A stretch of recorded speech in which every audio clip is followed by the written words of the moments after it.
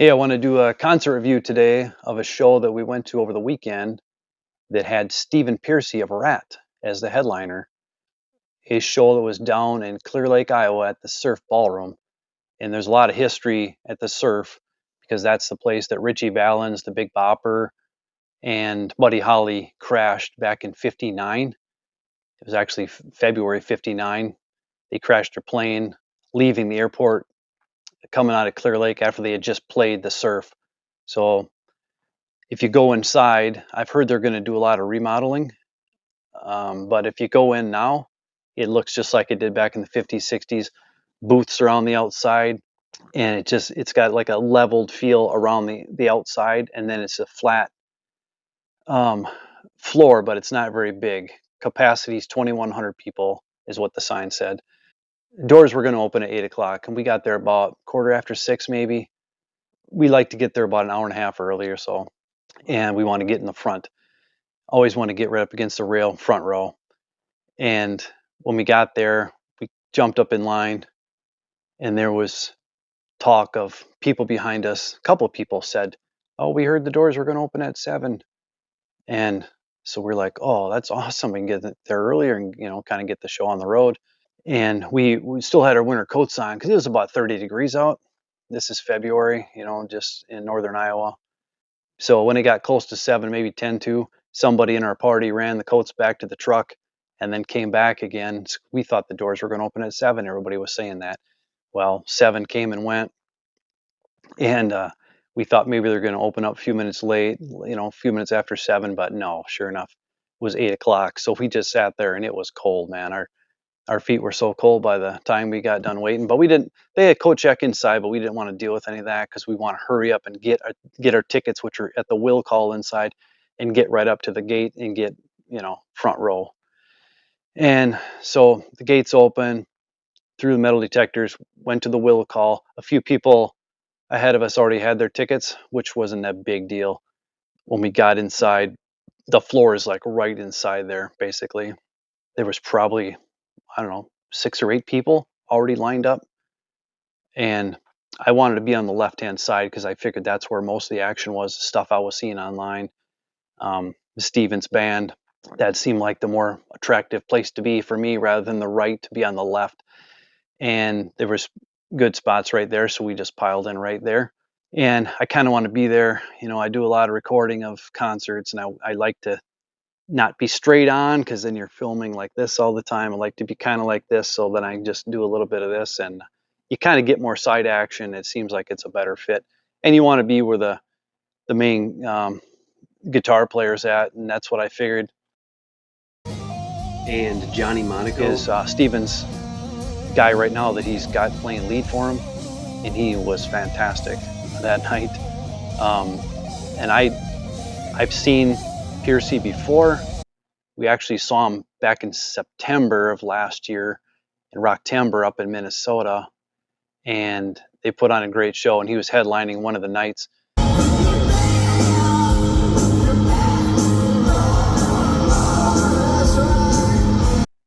The band sounded really great. And a guy I've seen with him a few other times was this Eric Ferentinos. And he's got a little bit of a mohawk going on, kind of bald, shaved his head, but he's got a little strip of hair here. And he was shredding pretty good. So those guys were there. But when they were playing, like when Ferentinos was playing, I couldn't really pick it up because it's such a small venue and we're so far up. To really get the mix, you had to be in the back. But I picked a great spot because where Johnny was playing, it just came through loud and clear with that wall of Marshalls right in front of us. But Stevens' vocals weren't quite, sometimes it was kind of muted a little bit, which did suck, but it still sounded good. He's got Blas Elias playing drums with him, the original Slaughter drummer, who's always phenomenal. And we kind of lost track of him for a while there, but we did see him. We didn't even know that he was going to play Rocktember with Stephen, that he had been playing with Stephen. So we did catch him last year at that show, and then we actually went to the Trans-Siberian Orchestra.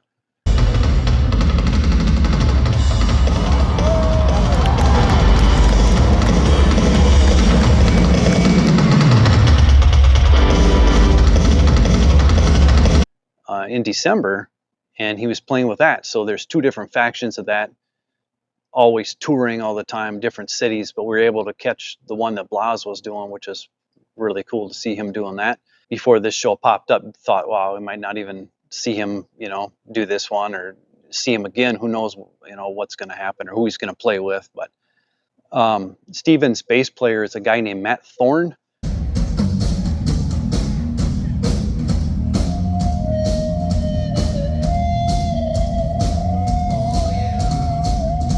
Matt Thorne, I guess he was with Ratt way back. The internet says that he co-wrote Back for More with Stephen Pearcy, which is really cool. Did not know that he was in the band back then. Played in a band called Rough Cut, which I've heard of. Definitely heard of that 80s metal stuff, glam band. But had no knowledge of that guy. But he held down his own. He didn't move around much, didn't really do much, but that's kind of what you expect, I guess, for the bass player. Just had his spot and did his thing and came off good. But yeah, Stephen was phenomenal. I thought he was great. The vocals were pretty strong, what we could pick up. I mean, it wasn't like we couldn't hear him. We could definitely make out what he was singing, make his voice out, and it was good.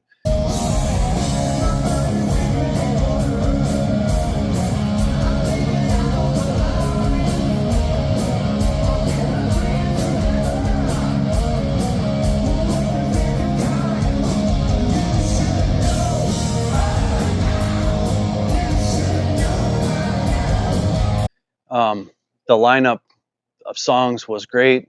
The 40th anniversary of Invasion of Your Privacy, so he did some songs off of that, kind of trying to show more attention to that.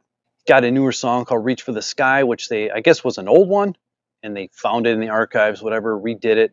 It's a great song, but he did not play it the other night, which was fine, I guess. Make room for some more familiar tunes. Wanted Man, Slip of the Lip, Way Cool Jr. Not a huge Way Cool Jr. fan, but You're in Trouble, Morning After, You're in Love, Lay It Down, Lack of Communication, which is, oh man, how can you not love that song? I Want a Woman, You Should Know by Now, which is a really rare one off of Invasion. Lovin' You's a Dirty Job. I'm Insane, which was awesome to hear that one. Nobody Rides for Free, which was off the Point Break soundtrack with Keanu Reeves and Patrick Swayze. What an awesome show. I'm not a huge movie guy, but I did love that one back in the early 90s.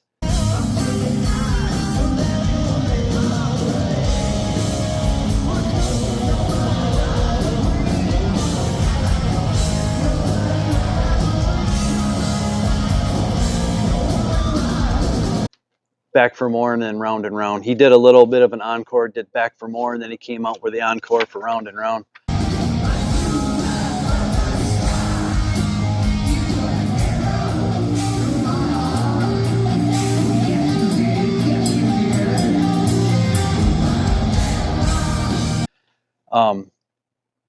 It was a great show. I should go back and say the opening band was a band called the Rebel Queens, and they are a group of 5 ladies out of Minneapolis.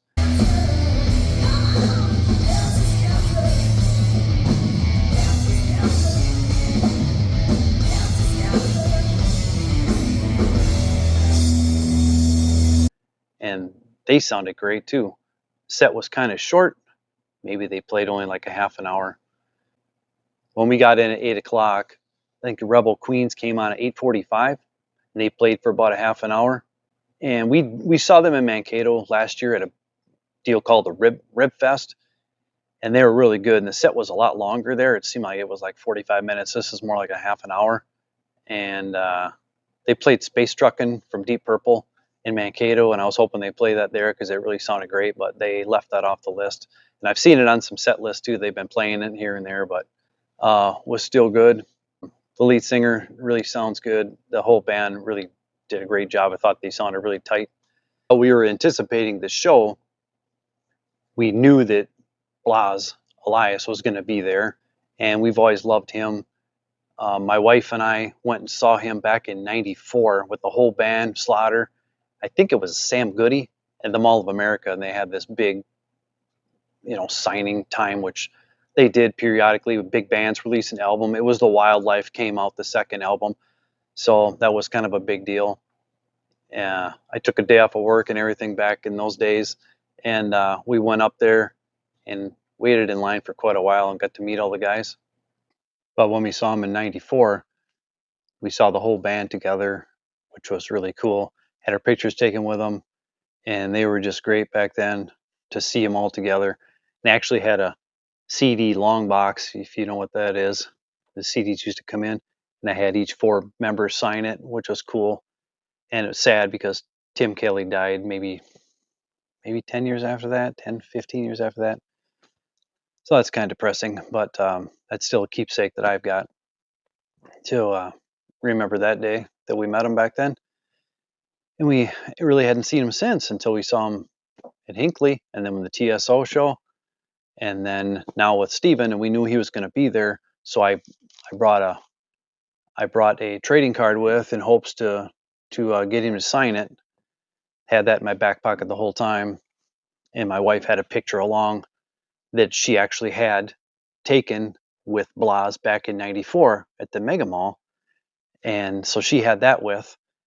And we were thinking maybe after the show, stalk him outside, or maybe somehow, I've seen Mark Slaughter down there at the Surf, and he came out and actually signed right at the table, at the merch table. He signed. I didn't know if Blas was going to do that or make himself known a little bit. So we were anticipating something might happen, so we kind of came prepared for that. And actually, before the show started, you just don't know if it's going to be 2 minutes or 20 minutes till the show starts. I didn't know when Steven was going to go on, but then we saw Blas appear, and he like came out of the side, told the security guy, he must have said, "Hey, I'm going to run to the bathroom." He actually went to the bathroom. I'm like, oh shoot, should I give up my spot potentially and go try to track him down as he's coming back? But I'm sure they would have let me in. It would have been fine. But there's a ton of people in there too. But it's not a very big place, like I said. But still, I just let him be, and I figured, well, I'll take my chances afterwards. Once the show got over, Steven came on at 9:45. He got done right about 11 o'clock. So it was like an hour and 10 minutes. They were trying to corral us out of there. I went to the bathroom. The girls went to the bathroom. And then when I came out, they kept saying, you got the meet and greet or whatever? And then, no, we didn't have that. Okay, you guys got to go unless you got the meet and greet, just kind of pushing us back a little bit. So we kept getting more close to the exit. And then all of a sudden, there's Blas was like 5, 6 feet right in front of me talking to some people. I thought, here we go, man. I had my marker ready and my card. And then my wife was there, and we're like, hey, now it's showtime. We got to do this because there's like no time for anything anymore. And so I pulled it out of my pocket, and then I was waiting. He was like, somebody was telling him a story about back in the day. And then he like shook his head. Oh yeah, okay. He said, I'll make sure to tell Mark next time I see him. I don't know what the guy was telling him, but it's kind of comical in a way. As soon as I saw a little bit of a delay there, I'm like, hey, can you sign this? And I put the card in front of him with the marker, and then sure enough, he signed it for me. So very nice. I'm going to send this off and get it authenticated and get it in a case to protect it. Kind of like doing that. Sports cards and other trading cards. It's kind of a cool thing to do. I've always been a collector of cards. And then my wife, it really got towards the end there, and then she eventually gave a picture to him. Hey, can you sign this, Blas? And then he signed it. Asked her what her name was. We thought maybe he'd say something on there, write her name, but he never did. And gave it back, and then she asked for a picture, and I took a picture of them two together, which is phenomenal to have that. We didn't think the night was gonna bring up anything cool, but yeah, so that was a icing on the cake right there. Seeing a great show, a couple great bands, and guess I should say too that I ended up getting the set list. So there was five of them up on the stage, and then we were waiting around where we were on the left, and then I decided to go down to the right. And then by the time I got down there, I looked over, and a guy was handing my wife this set list, so that was cool. I guess when you get older, it's got to be bigger print. It's like a double sheet here, but it's awesome.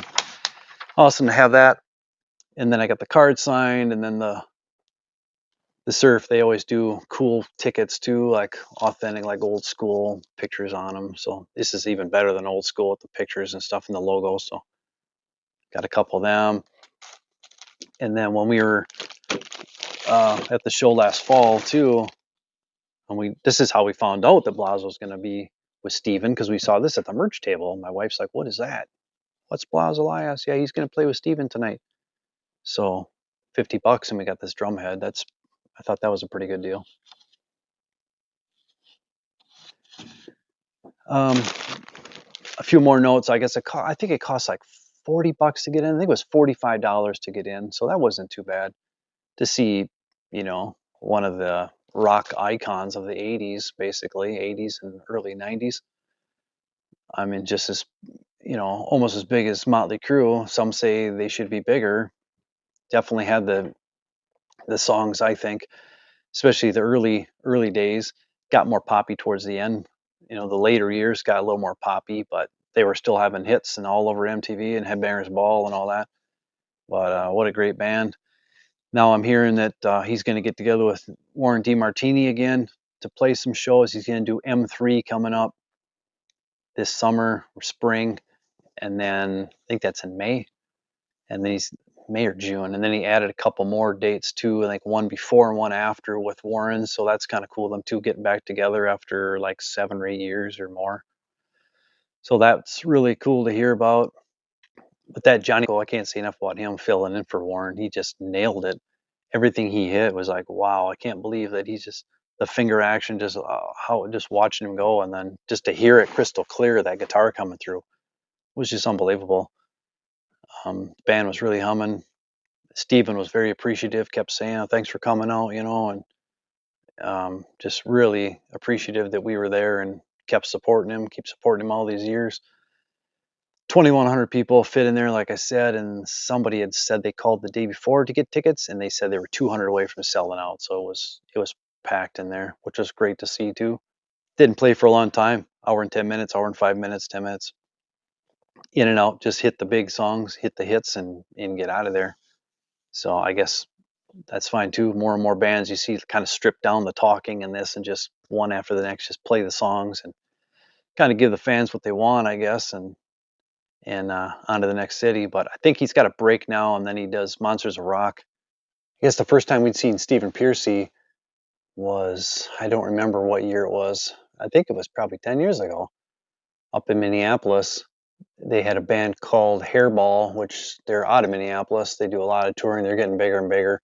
It's a cover band, but the front man dresses up like Dee Snider or Vince Neil or David Lee Roth, whatever. And they had Pearcy come out. I think it was their 15th year anniversary.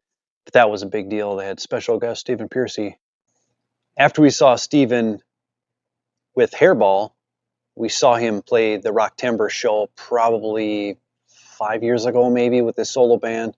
We went out to Vegas in December of 2023 to Eddie Trunk's 40th year in radio party, and he played out there, played a couple songs, which was like probably the greatest concert I've ever been to in my life. He did that one, and then we saw him in Rocktember again this last fall, and now this. Really enjoyed the show. I'm just trying to think of anything else that I might have forgot. Nobody threw any guitar picks out. I think that was kind of odd. Neither band, nobody was throwing picks out, which is strange. Thought maybe we'd have a shot, but nobody did any of that. Got the set list. I darn near came up with a drumstick at the very end, but was not meant to be. Had my hand all over it, but it didn't work out. Great time had by all. Highly recommend seeing Stephen Pearcy. It's going to be even cooler now that he's back with Warren when they do their shows. But even with this lineup, it's great. I think it's Blas is going to still play with them too. I can't remember the other guys, but Blas is definitely going to be with them again. And I think Matt Thorne is going to be with them too, doing the new shows with Warren. But great show, great venue. Surf is always great to see shows there. Subscribe to my channel if you haven't already, and keep checking back for more shows. And I do a ton of recording at concerts, go to all kinds of shows. Got a bunch of them on the docket coming up here in the next couple months. So check back and make sure you subscribe. See you later. See ya.